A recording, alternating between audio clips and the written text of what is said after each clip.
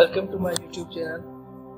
दोस्तों, आज का हमारा डिस्कशन का टॉपिक है मेम्ब्रेन प्रोटीन्स। मेम्ब्रेन प्रोटीन्स के बारे में आज हम पढ़ने जा रहे हैं। तो इस लेक्चर में हम मेम्ब्रेन प्रोटीन्स जैसे कि इंटीग्रल प्रोटीन्स हो गई, उसकी सब टाइप्स जो होती है वो डिस्कस करने जा रहे हैं। पेरिफेरल प्रोटीन्स हो गई, इंटीग्रल प्रोटीन्स का क्या क्या फंक्शन है, प्राइमरी फंक्शन जो है मेम्ब्रेन प्रोटीन्स का वो डिस्कस करेंगे।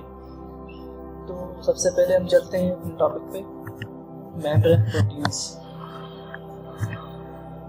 Such proteins that are embedded in the plasma membrane of the cell, they do not anchor in one place but tend to float within the phospholipids bilayer. Membrane proteins जो ऐसी proteins होती हैं जो plasma membrane में embedded होती हैं, जुड़ी हुई होती है उससे। ये एक जगह पर ये रुकी नहीं होती, ये फैली हुई होती है, फ्लोट कर रही होती है phospholipids bilayer में। मीन्स एक जगह पे एंकर्ड नहीं होती, ये फ्लोट करती रहती है। फॉस्फोलिपिड्स बाइलेयर जो है उसमें मेम्ब्रेन प्रोटीन्स की बात कर रहे हैं हम। तो ये स्ट्रक्चर है, ये देखें बाइलेयर्ड प्लाज्मा मेम्ब्रेन है। पॉलीसेकेराइड्स में इसमें लिपिड्स भी हैं और लिपिड लिंक प्रोटीन्स भी है इसमें, इंटीग्रल प्रोटीन्स भी आती हैं। ये रेड जो है बी टाइप जो स्ट्रक्चर है इसकी। और पेरिफेरल प्रोटीन यहाँ पे आ गई और हाइड्रोफोबिक अल्फा हेलिक्स जो है प्रोटीन्स ये प्लाज्मा मेम्ब्रेन में इस फिगर में शो की गई है। तो हम चलते हैं नेक्स्ट स्लाइड पर। Primary function of membrane proteins. Membrane proteins का जो प्राइमरी फंक्शन है वो डिस्कस करेंगे अभी। प्राइमरी फंक्शन इसका ये कैम्पबेल बायोलॉजी से ली गई है। सबसे पहले इसका प्राइमरी फंक्शन जो है वो साइटोस्केलेटन के साथ और एक्स्ट्रासेलुलर मैट्रिक्स के साथ अटैच्ड होती है।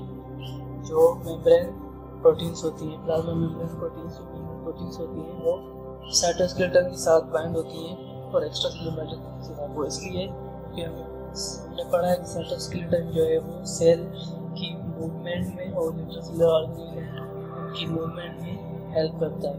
तो जैसे ये प्रोटीन्स जो है बाइंड करती है साइटोस्केलेटन के साथ, एक्स्ट्रासेलुलर मैट्रिक्स जो है उसके साथ बाइंड करती है, तो क्या होता है, या तो उसकी जो सेल की जो मूवमेंट है या इंट्रासेलुलर ऑर्गेनेल्स जो है सेल के, उसकी मूवमेंट को या तो इमोबाइल कर देते हैं या तो बैरियर का काम करती हैं, मतलब डिफ्यूजन के बैरियर के तौर पर काम करती हैं। ये जो साइटोस्केलेटन के साथ।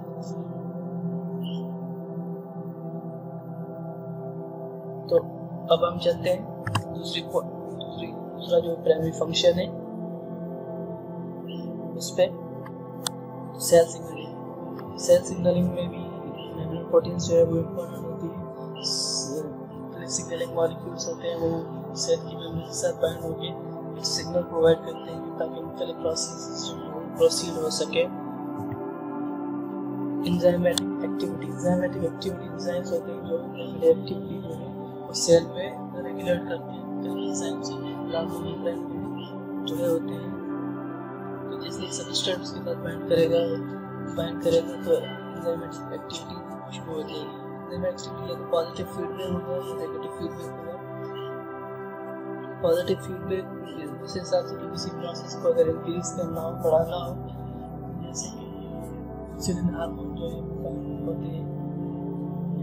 बाइंड होते हैं एंजाइम के साथ और मुख्तलिफ हार्मोन हो गए, ग्लूकान हो गए, ये सारे जो है एंजाइमेटिक एक्टिविटी प्रोसेस होती है।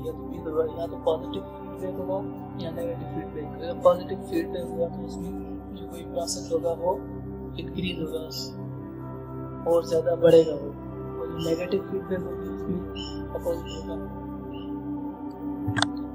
उसके बाद या तो एक्टिव ट्रांसपोर्ट जनरली या पैसिव ट्रांसपोर्ट, उसको रेगुलेट करने के लिए ये भी मेम्ब्रेन प्रोटीन्स जो है वो हेल्प करती हैं आयंस को, प्रोटीन्स को, ताकि वो सेल के अंदर जा सके और बाहर जा सके। तो दो किस्म की transport, active transport, passive transport. Passive transport में एटीपी की नीड नहीं होती क्योंकि वो हायर कंसंट्रेशन से लोअर कंसंट्रेशन में मॉलिक्यूल से वो आ रहे होते हैं, तो इसलिए एनर्जी की वो खास नीड नहीं होती। और दूसरी एक्टिव ट्रांसपोर्ट में एटीपी जो है उसकी नीड होती है वो लोअर कंसंट्रेशन से हायर कंसंट्रेशन जब मॉलिक्यूल्स अगर शिफ्ट हो रहे हैं तो एटीपी कंज्यूम होगी और जो प्रोसेस है जो ट्रांसपोर्ट है हम उसको एक्टिव ट्रांसपोर्ट करेंगे। पांचवा जो प्राइमरी फंक्शन है मेम्ब्रेन प्रोटीन्स का वो ये है कि जो कंपार्टमेंटलाइजेशन में हेल्प करती है मेम्ब्रेन प्रोटीन्स में।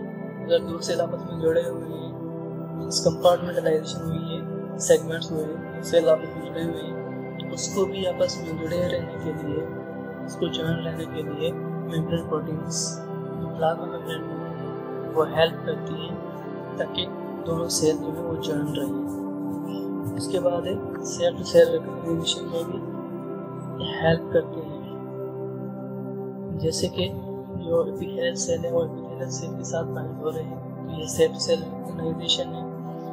और उसके बाद भी अभी हम देखते हैं इस फिगर में, ए में देखते हैं हम ट्रांसपोर्ट हो रही है मॉलिक्यूल्स। अगर ये जो है बाहर से अंदर आ रहे हैं तो ये हायर, यहाँ पे हायर कंसंट्रेशन है, तो ये मॉलिक्यूल जो है ये अब इनसाइड आएंगे, जब अंदर आएंगे तो ये प्रोसेस जो है कौन सा प्रोसेस दिखाया गया है, ये पैसिव ट्रांसपोर्ट दिखाया गया है। हायर कंसंट्रेशन से लोअर कंसंट्रेशन ये पैसिव ट्रांसपोर्ट दिखाया गया है। और दूसरा यहाँ पे जो ये रिसेप्टर है, यहाँ पे एटीपी कंज्यूम हो रही है और ये मॉलिक्यूल लोअर कंसंट्रेशन से हायर कंसंट्रेशन की तरफ जा रहा है in the presence of ATP. और फिगर नंबर बी में देखते हैं एंजाइमेटिक एक्टिविटी। ये एंजाइम्स हैं, इस एंजाइम के लिए ये सबस्ट्रेट है और इस एंजाइम के लिए सबस्ट्रेट ये है। हर एंजाइम जो है उसका सबस्ट्रेट जो है वो स्पेसिफिक होता है, उसकी एक्टिव साइट स्पेसिफिक होती है किसी भी सबस्ट्रेट के लिए। ये वाला जो है ब्लू जो सबस्ट्रेट आप देख रहे हैं ये इस एंजाइम में फिट नहीं हो सकता, और ये जो रेड है ये इस एंजाइम में फिट नहीं हो सकता, तो ये जो प्रोसेस है कैटलाइज नहीं होगा। ये जो ब्लू वाला है सबस्ट्रेट ये इसमें जाकर फिक्स हो सकता है, तो ये एंजाइम एक्टिविटी कैटलाइज होगी। और ये जो रेड है और ये इसमें जो है ना वो फिट हो सकता है, तो ये एंजाइम एक्टिविटी कंटिन्यू होगी। सी में हम देख रहे हैं सिग्नल ट्रांसडक्शन। सिग्नल मॉलिक्यूल्स होते हैं मुख्तलिफ जो रिसेप्टर के साथ बाइंड करते हैं और सिग्नल देते हैं कि भाई कौन सा प्रोसेस करना है। मुख्तलिफ रिसेप्टर्स होते हैं, लाइट रिसेप्टर होते हैं, टच रिसेप्टर होते हैं, टेस्ट रिसेप्टर्स होते हैं, थिग्मो रिसेप्टर्स हो गए, कीमो रिसेप्टर्स हो गए, तो बहुत से रिसेप्टर्स होते हैं, इलेक्ट्रो रिसेप्टर्स होते हैं। तो वो सिग्नलिंग मॉलिक्यूल्स आते हैं, उनकी एक्टिव साइट पर बाइंड करते हैं और वही सिग्नल जो है वो कन्वर्ट होता है नेक्स्ट में। रिसेप्टर्स क्या करते हैं, एक एनर्जी को, रिसेप्टर्स को ट्रांसड्यूसर भी कहा जाता है। ट्रांसड्यूसर हो रहे जो एक एनर्जी का फॉर्म दूसरे एनर्जी फॉर्म में अगर कन्वर्ट हो तो वो ट्रांसड्यूसर का काम करते हैं। सिमिलरली रिसेप्टर भी ट्रांसड्यूसर ही हैं। अगर केमिकल एनर्जी है तो उसको इलेक्ट्रिकल एनर्जी में कन्वर्ट करेंगे। सेल में मोस्टली केमिकल एनर्जी जो है वो इलेक्ट्रिकल एनर्जी में कन्वर्ट होती है। उसके बाद हम सेल टू सेल रिकॉग्नाइजेशन में देखते हैं। ये देखें सेल टू सेल रिकॉग्नाइजेशन, तो ये दो सेल हैं, उनकी ये प्लाज्मा मेम्ब्रेन है। ग्लाइकोप्रोटीन के जरिए इनकी सेल टू सेल रिकॉग्नाइजेशन होती है। ग्लाइकोप्रोटीन जो है वो मॉलिक्यूल्स हैं, रिकॉग्नाइजेशन मॉलिक्यूल्स हैं जो हेल्प करते हैं दो सेल्स को आपस में रिकॉग्नाइज करने में हेल्प करते हैं आपस में, ताकि वो जुड़े रहें। कंपार्टमेंटलाइजेशन, देखिए ये दो सेल हैं आपस में जुड़े हुए हैं, इस प्रोसेस को कंपार्टमेंटलाइजेशन कहा जाता है। और एफ पे हम चलते हैं, फिगर में देखें। एफ फिगर में क्या होता है कि जब भी वो मेम्ब्रेन प्रोटीन साइटोस्केलेटन के साथ या एक्स्ट्रासेलुलर मैट्रिक्स के साथ ECM से कहते हैं बाइंड होते हैं, तो मेम्ब्रेन प्रोटीन्स या तो साइटोस्केलेटन की जो मूवमेंट है उसको या तो इमोबाइल कर देते हैं। हमें पता है कि साइटोस्केलेटन है, उसका क्या काम है। साइटोस्केलेटन का यही काम है कि भाई किसी भी सेल को या सेल के जो इंट्रासेलुलर ऑर्गेनेल्स हैं उसको मूवमेंट देना, मोबाइल करना उसको। तो जैसे ये मेम्ब्रेन प्रोटीन बाउंड होती हैं इसके साथ, क्या कर देती हैं, इसको इमोबाइल कर देती हैं, या दूसरा बैरियर का काम करती हैं। बैरियर इस हिसाब से कि जो अगर कोई डिफ्यूजन होनी है तो वो डिफ्यूजन नहीं होगी, वो बैरियर का काम करेंगे। क्लासेस ऑफ मेम्ब्रेन प्रोटीन्स के हम क्लासेस पढ़ते हैं कि भाई कौन कौन सी प्रोटीन्स हैं वो मेम्ब्रेन प्रोटीन्स हैं जो इसमें इंक्लूड होती हैं। तो सबसे पहले हम चलते हैं इंटीग्रल मेम्ब्रेन प्रोटीन्स, इसको इंट्रिंसिक प्रोटीन्स भी कहा जाता है, ये याद रखिएगा। इंटीग्रल मेम्ब्रेन प्रोटीन्स को हम इंट्रिंसिक प्रोटीन्स भी कहते हैं। तो सबसे पहले अब हम इसकी डेफिनेशन भी चलते हैं। Integral membrane proteins are permanently attached to the membrane. Integral membrane proteins जो है वो परमानेंटली अटैच्ड होती हैं मेम्ब्रेन के साथ। Such proteins can be separated from the biological membranes only using detergents, non-polar solvents और sometimes denaturing agents। Integral membrane proteins जो है वो परमानेंटली अटैच होती हैं। हम इसको अब रिमूव करने के लिए ये जो बायोलॉजिकल मेम्ब्रेन है उसको उसमें जो इंटीग्रल प्रोटीन्स होती हैं उसको रिमूव करने के लिए हम डिटर्जेंट्स यूज करते हैं, या जो नॉन पोलर सॉल्वेंट्स हो गए उसको यूज करते हैं, या समटाइम्स डीनेचरिंग एजेंट्स होते हैं उनको हम यूज करते हैं। और मोस्टली जो इंटीग्रल प्रोटीन्स होती हैं वो एंटायरली फॉस्फोलिपिड बायलेयर में के साथ जुड़ी होती है, फैली हुई होती है। Most integral proteins Spain the entire phospholipid bilayer. Mostly जो इंटीग्रल प्रोटीन्स होती हैं वो फॉस्फोलिपिड बायलेयर में फैली हुई होती हैं और फिक्स्ड होती हैं, परमानेंट होती हैं। अब इस फिगर में देखें, ये जो प्रोटीन है ये इंटीग्रल प्रोटीन्स हैं और ये फॉस्फोलिपिड बायलेयर है, इसका ये हेड रीजन है, ये इसका टेल रीजन है। ये हमने अभी फिगर जो देखी है वो इंट्रिंसिक प्रोटीन या इंटीग्रल मेम्ब्रेन प्रोटीन की है। So integral membrane proteins can be divided और classified according to their relationship with the bilayer. अभी हम इसकी सब कैटेगरी पढ़ेंगे इंटीग्रल मेम्ब्रेन प्रोटीन्स की। तो ये क्लासिफाई हुए हैं, डिवाइड हुए हैं रिलेशनशिप विद बायलेयर के साथ उनका जो रिलेशनशिप है उस हिसाब से वो जो है उनकी क्लासिफिकेशन हुई है। तो हम चलते हैं, 3 इसकी क्लासिफिकेशन आते हैं, integral polytopic proteins, bitopic proteins, integral monotopic proteins. याद रखें, polytopic proteins, bitopic proteins, monotopic proteins. हम चलते हैं next. Integral polyproteins are transmembrane proteins that span across the membrane more than once. Integral polytopic protein जो है वो transmembrane proteins होती हैं जो प्लाज्मा मेम्ब्रेन में एक से ज़्यादा बार फैली हुई होती हैं। प्लाज्मा मेम्ब्रेन में एक से ज़्यादा बार फैली हुई होती है तो उनका नंबर ज़्यादा होता है। उसके बाद हम पढ़ते हैं bitopic proteins. Bitopic proteins are the transmembrane proteins, ये भी ट्रांसमेम्ब्रेन प्रोटीन्स हैं that span across the only once. Bitopic proteins transmembrane proteins होती हैं जो सिर्फ एक ही बार प्लाज्मा मेम्ब्रेन में फैली हुई होती है। नेक्स्ट है integral monotopic proteins. Integral monotopic proteins भी इंटीग्रल मेम्ब्रेन प्रोटीन्स हैं, ये प्लाज्मा मेम्ब्रेन की एक साइड पे जुड़ी होती हैं। इंटीग्रल मोनोटॉपिक प्रोटीन्स जो है वो एक साइड पे जुड़ी होती हैं, ना कि होल जो है प्लाज्मा मेम्ब्रेन में फैली हुई हो। इंटीग्रल पॉलीटॉपिक प्रोटीन्स एक से ज़्यादा बार फैली हुई होती हैं। बायोटॉपिक प्रोटीन्स जो है सिर्फ एक ही बार फैली हुई होती हैं। और मोनोटॉपिक प्रोटीन्स जो हैं वो एक साइड पे अटैच्ड होती हैं प्लाज्मा मेम्ब्रेन के साथ, ना कि सारी प्लाज्मा मेम्ब्रेन में फैली हुई है। 3 किस्म के इंटीग्रल प्रोटीन्स वही पढ़ी हमने, अब फिगर फॉर्म में देख लेते हैं तीनों। अब देखें ये जो प्रोटीन है, ये मोनोटॉपिक इंटीग्रल प्रोटीन है, सिर्फ एक ही लीफलेट के साथ अटैच हुई है। ये बायोटॉपिक प्रोटीन्स दोनों साइड्स पे अटैच हैं और पॉलीटॉपिक्स जो है मैनी यहाँ पर अटैच हैं। ये दोनों ट्रांसमेम्ब्रेन प्रोटीन्स हैं और यहाँ पे लिपिड एंकर्ड प्रोटीन्स भी शो की गई हैं जो कोवेलेंटली अटैच होती हैं लिपिड बायलेयर के साथ, जैसे कि GPI ग्लाइकोसाइल फॉस्फेटिडाइल लिनिसोसाइटोल। अब हम चलते हैं peripheral membrane proteins. Peripheral membrane proteins को एक्सट्रिंसिक प्रोटीन्स भी हम कहते हैं। तो हम सबसे पहले चलते हैं इसकी डेफिनेशन पे। Peripheral membrane proteins are temporarily attached either to the lipid bilayer or to integral proteins by combination।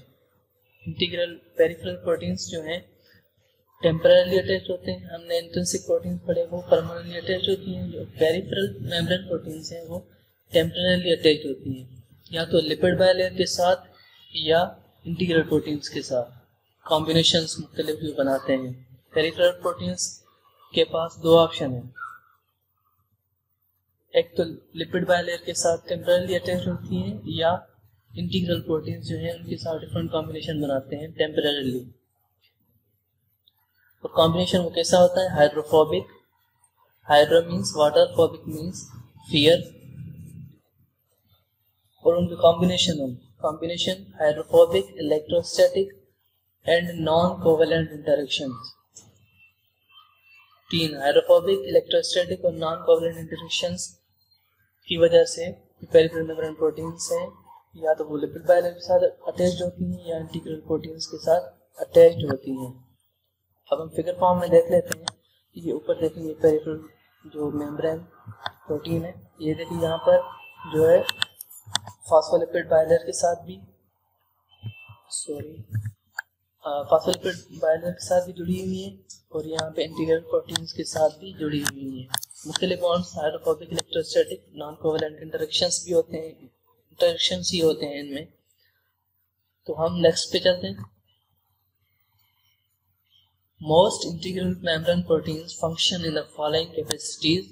Most integral membrane proteins जो है उनका अभी हम फंक्शन देख लेते हैं कि क्या फंक्शन है। वो रिसेप्टर के तौर भी काम करते हैं, चैनल या ट्रांसपोर्टर के तौर काम करते हैं और कोई भी एजेंट के तौर भी काम करते हैं। अभी हम देखेंगे रिसेप्टर के तौर पर कैसे काम करते हैं। तो as a receptor that bind specific substance at the membrane surface. Receptor वो होते हैं जिसमें स्पेसिफिक सब्सटेंसेस होते हैं जो बाइंड होते हैं उनकी स्पेसिफिक साइड पे, जिसको एक्टिव साइड कहा जाता है। और दूसरा चैनल के तौर भी काम करते हैं और ट्रांसपोर्टर के तौर भी काम करते हैं। याद रखें चैनल और ट्रांसपोर्टर में भी डिफरेंस है। चैनल्स जो है वो पैसिव ट्रांसपोर्ट कराते हैं और जो ट्रांसपोर्टर्स हैं वो एक्टिव ट्रांसपोर्ट कराते हैं। चैनल्स जो हैं उसमें लोअर कंसंट्रेशन से मॉलिक्यूल्स जो सब्सटेंसेस हैं वो मूव करते हैं अक्रॉस द हायर कंसंट्रेशन। वो ट्रांसपोर्टर में लोअर कंसंट्रेशन से मॉलिक्यूल जो आयन्स है वो हायर कंसंट्रेशन की तरफ मूव करते हैं और चैनल्स में हायर कंसंट्रेशन से ऑनवर्ड लोअर कंसंट्रेशन मॉलिक्यूल्स जो आयन्स हैं वो मूव करते हैं। और agents they transfer electrons during the processes of photosynthesis and respiration. Agents के तौर पर भी काम करती हैं इंटीग्रल प्रोटीन्स, जैसे कि मुख्तलिफ प्रोटीन्स हो गई और ये फोटोसिंथेसिस और जो मुख्तलिफ रेस्पिरेशन में प्रोसेस हो रहे हैं। अगर रेस्पिरेशन वाले में और फोटोसिंथेसिस वाले चैप्टर में आप लोग पढ़ेंगे तो उसमें एजेंट के तौर पर काम करती हैं। प्रोटीन्स इलेक्ट्रॉन को ट्रांसफर करती हैं एक जगह से दूसरी जगह तक। ये प्रोटीन्स का दिखाया गया मुख्तलिफ प्रोटीन्स हैं। अब हम चलते हैं कि जो मेम्ब्रेन प्रोटीन्स है उसकी एसोसिएशन लिपिड बायलेयर के साथ, मतलब किस तरह से जो मेम्ब्रेन प्रोटीन्स हैं वो एसोसिएट होती हैं, एसोसिएशन बनाती हैं लिपिड बायलेयर के साथ। तो वो डिफरेंट फेज जो हैं वो अभी हम डिस्कस करेंगे। तो चलते हैं।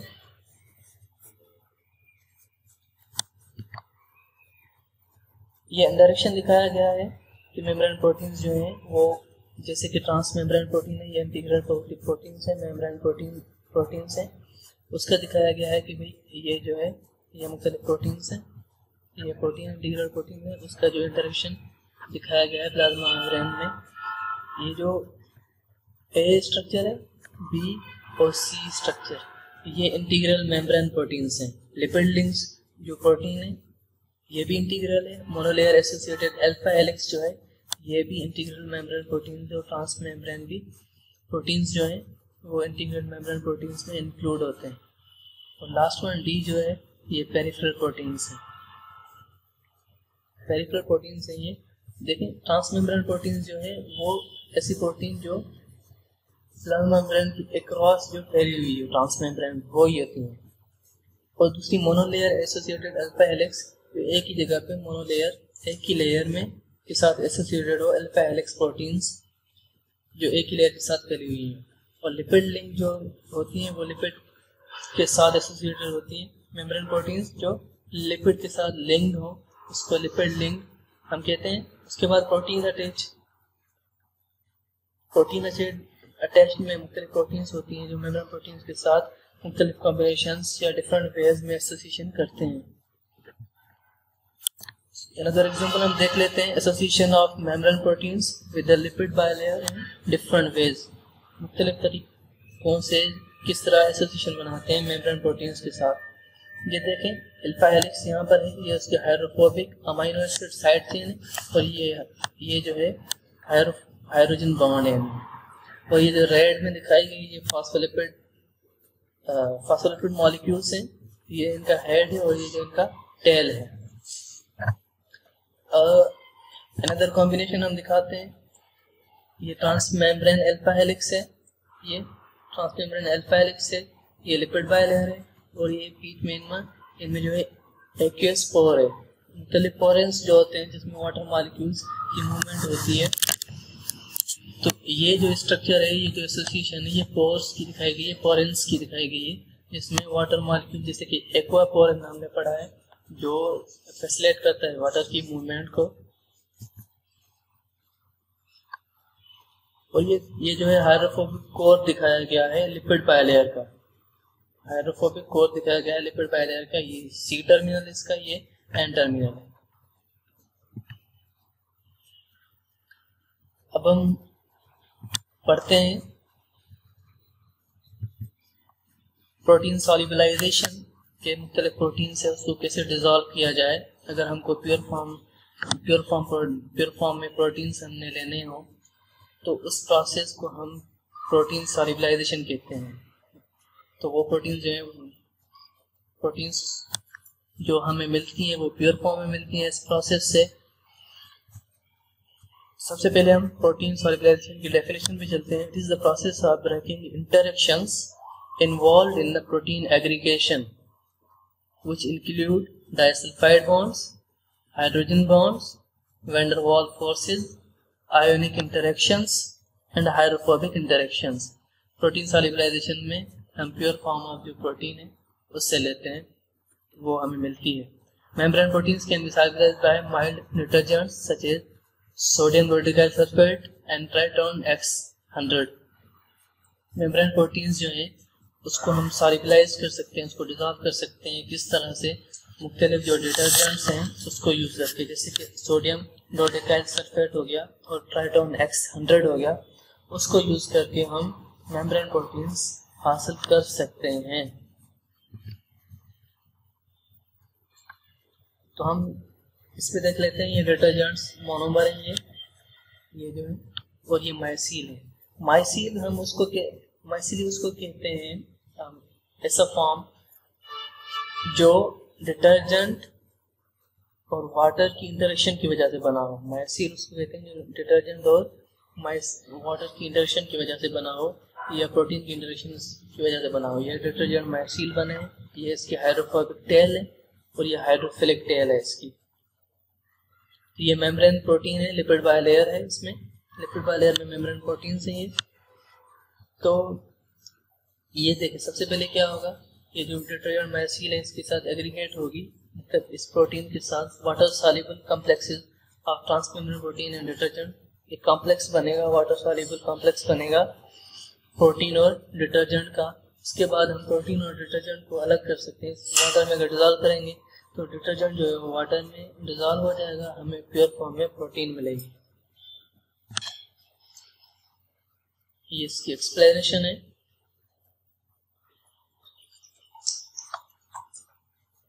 हम एक्सप्लेनेशन को देख लेते हैं थोड़ा। Detergent molecules are shown as both monomers and micelles. Micelle is the form in which detergent molecules tends to aggregate in water. Another is the detergent disrupts the lipid bilayer, brings the proteins into solution as protein detergent complex, protein detergent complex बनेगा। As illustrated in there phospholipids in the membrane are also solubilized by detergents forming lipid detergent micelles करेंगे। तो an overview of integral proteins. Integral topic polytopic proteins transmembrane proteins होती हैं जो membrane के पार एक से ज़्यादा बार फैली हुई होती हैं, और बायोटॉपिक प्रोटीन्स जो हैं वो ट्रांसमेम्ब्रेन प्रोटीन्स हैं जो मेम्ब्रेन के पार एक ही दफ़ा फैली हुई हैं। और इंटीग्रल मोनोटॉपिक प्रोटीन्स जो हैं ये इंटीग्रल प्रोटीन्स हैं जो मेम्ब्रेन के पार एक तरफ से जुड़ी हुई हैं, ना कि सारी मेम्ब्रेन में फैली हुई हैं। उसके बाद हम पढ़ते हैं कि प्लाज्मा मेम्ब्रेन इतनी यूनिक क्यों है। Why plasma membrane is unique, or what is unique about the plasma membrane? The plasma membrane of a cell is a bilayer of electrophospholipid molecules. The lack of phospholipids are by far the most abundant molecules lipids in cell membranes. Like all lipids, they are insoluble in water, but their unique geometry causes them to aggregate into bilayers without an energy input. So this was the reason.